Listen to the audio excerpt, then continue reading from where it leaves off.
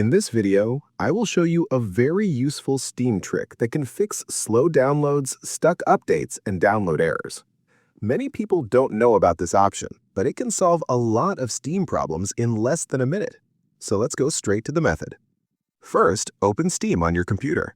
When Steam opens, go to the top left corner, click on Steam, and then select Settings. When the Settings window opens, click on Downloads on the left side. Now look for this option called Clear Download Cache. When you click on it, Steam will warn you that you will be logged out and will need to log back in again. Don't worry, this is completely normal. Click OK to continue. Steam will now restart automatically and you will be asked to log back into your Steam account.